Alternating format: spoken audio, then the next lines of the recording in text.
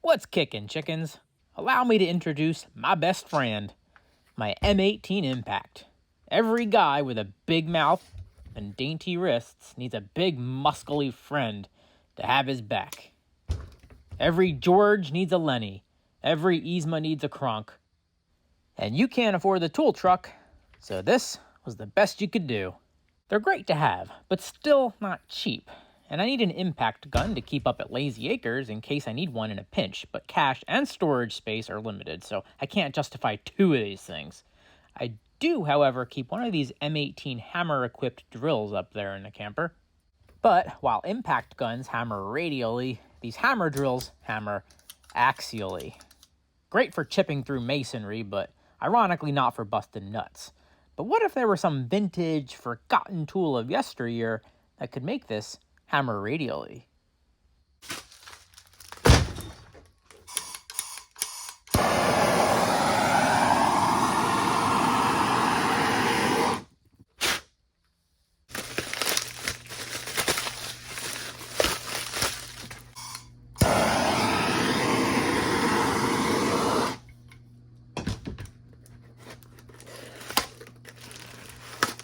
Too many tape.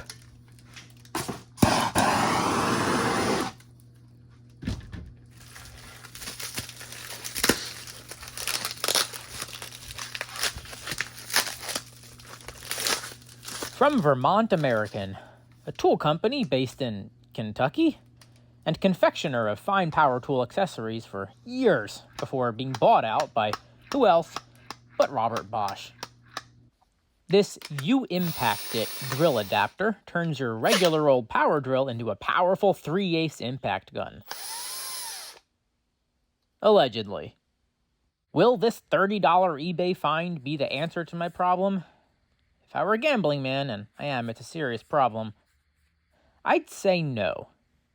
First of all, it's all disappointingly made of plastic. Second of all, impact guns develop power from high RPM, and this old girl, bless her heart, is designed for lower RPM torque. Thirdly, you ever seen one before? No? Well, what does that tell? Phew! Sorry, ragweed is bad this year. Let's start this test on easy mode with my Honda S2000. I don't have a 3/8 drive 21mm socket, so I had to use this adapter, which is fine because the more rotating mass you have, it's only going to help. These lug nuts are torqued to spec at 65 foot-pounds. No sweat.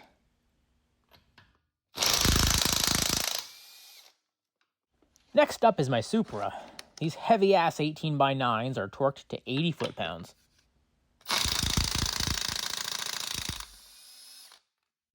It ain't no big half-incher, but, I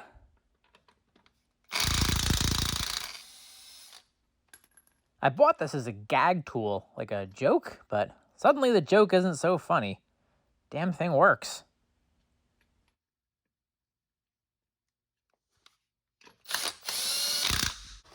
You knew this was coming. 64-year-old Detroit steel wheels. Torqued to 110 foot-pounds.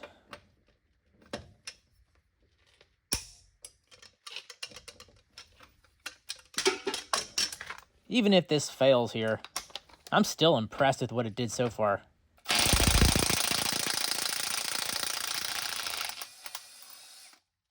Son of a bitch.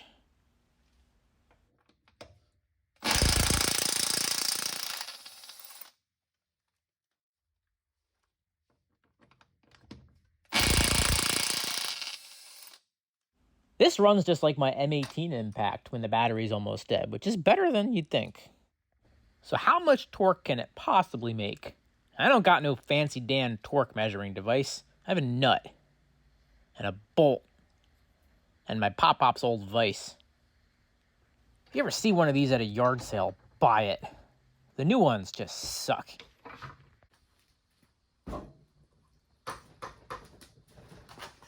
A little lube isn't cheating. Torque specs are wet, not dry, and now that this thing has earned my respect, I want to give it the best chance possible. First, we run it all the way down.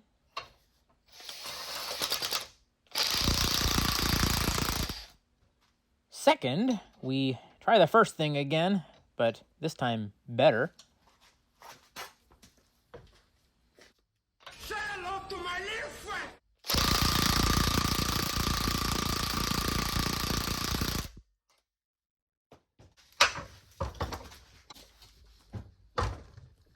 Then we increase the torque setting until the nut rotates without clicking. Starting with the 100 foot-pounds we already know it can do.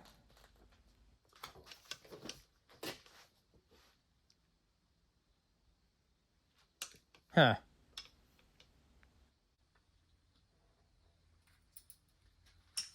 I am not this strong. This feels like 40 foot-pounds at most. I guess that thing's better at busting them loose than running them down. Unless... wait a minute.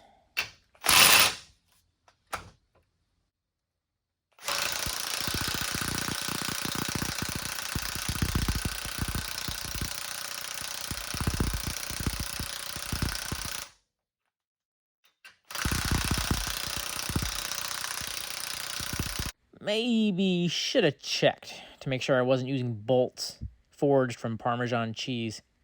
I don't have any good grade 12.9 hardware, so time to drive into town, pop down to the hardware section, and bend over.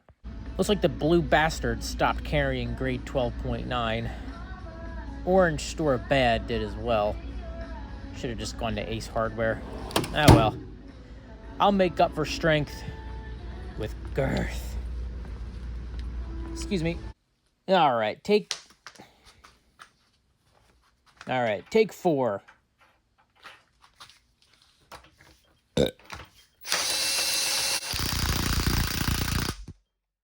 Ruh-roh. Locked up. Yeah, fuck.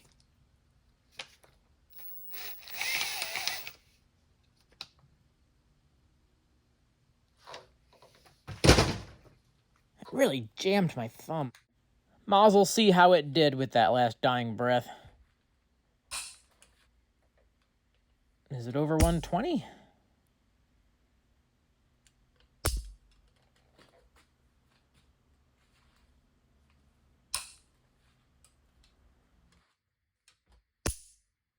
$130.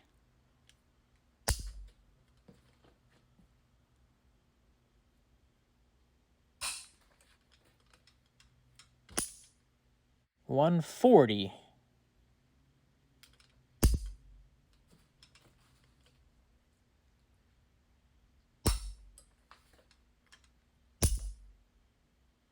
$150.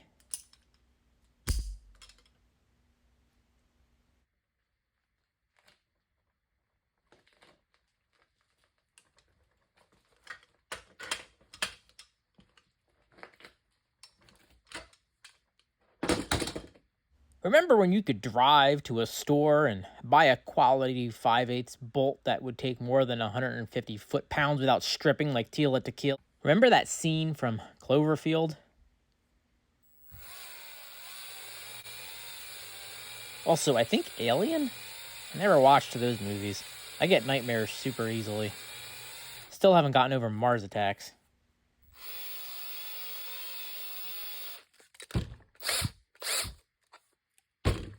Before a face hugger bursts out of here, let's do a post-mortem. Finally getting to use these Security Torx bits I bought accidentally. This video is paying for itself.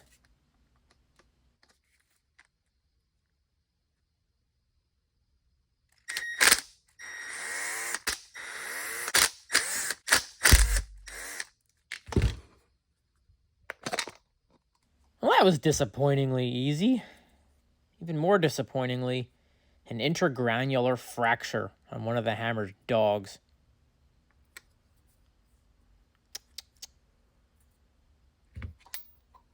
There's our face hugger. No bearings or bushings, because why would there be? The anvil looks to be made of much harder steel than the hammer, so when I decided to make this thing get up and go, the hammer got up and went. Little JB Weld, maybe? What do you think? Here's the input shaft. It's not geared up, surprisingly. It's direct drive. The coupler coupling that couples the shaft to the hammer is made out of ABS for some reason. This thing is like, it's American-made Chinesium. It's General Tso's chicken or one of those deep-fried egg rolls. Real tempting, but usually disappointing. My arch nemesis.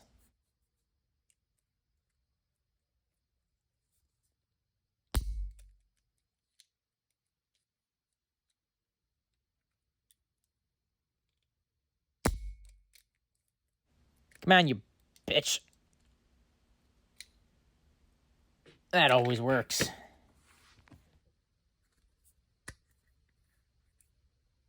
The spring retainer seems to be a repurposed strainer from a 1980s General Electric dishwasher. Plastic, fantastic. Wait, is that the spring? That's adorable. Just to demonstrate how adorable that is, let's look inside a real impact. I know this is 1/2 inch and this one's only 3/8, but I don't have a 3/8 impact, so bear with me.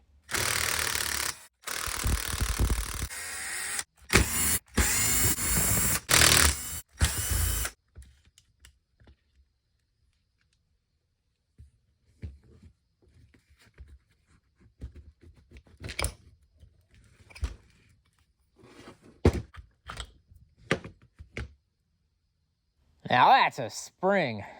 Normally my excuse is it's not how big it is, it's what you do with it. But there's only so much you can do with this. As for the hammer, the weight doesn't feel totally different, but the quality of the materials is far superior on the Milwaukee. Just going to evaluate the RPM discrepancy as well, as that's a pretty big factor. Uh-oh.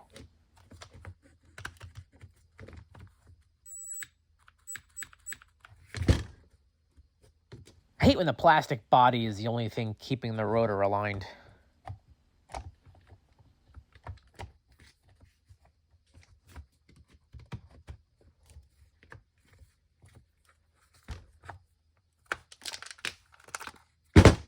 Got it reassembled without a hitch, as far as you know.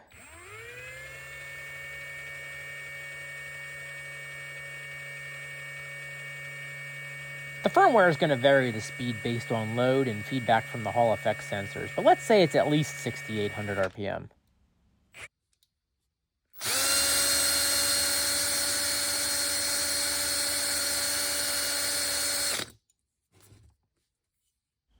Only 1,100 RPM in high gear, which is perfectly fine for a drill. It's not really meant for an impact, though. That low RPM plus that wimpy spring kind of begs the question, how in the hell did I manage to break this? This reminds me of the Black & Decker auto wrench, or the as seen on TV cold heat soldering iron. A really cool idea. It has real world value. If only they could make it properly. Give me a steel housing or even PA6 plastic would be an improvement. Improve the metallurgy on the hammer. Make the coupler out of a stronger plastic. Maybe even beef it up to a 1/2 inch drive. No professional mechanic would ever use it, but in my line of work, I need an impact like once a month. But I use a drill all the time, so I'm always carrying that. This thing could be the perfect once-in-a-while tool, the kind that doesn't take up more space in the work van than it justifies. And my wife could borrow it on weekends when I'm traveling. But because it was so cheaply made, the good idea died without being given a fair shake, in my opinion.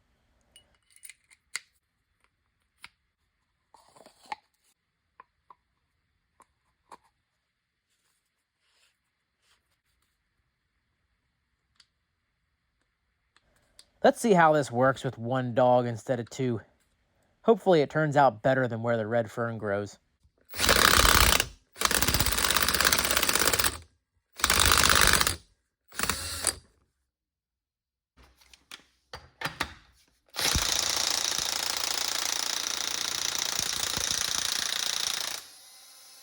So the beats per minute are cut in half, and it takes twice as long to remove the lug nut.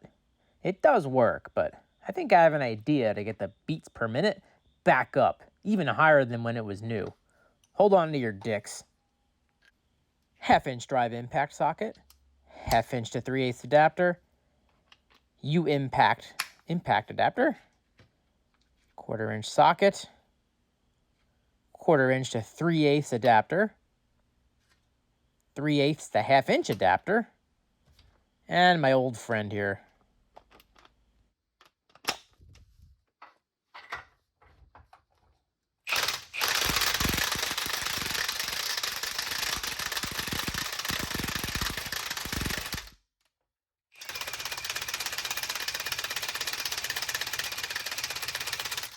This is marginally too stupid even for me.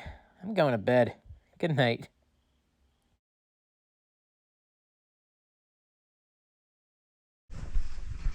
Very nice. More egg roll? No. Not mango. Not an egg roll? It's an egg roll? Daddy eat it? No. Mm.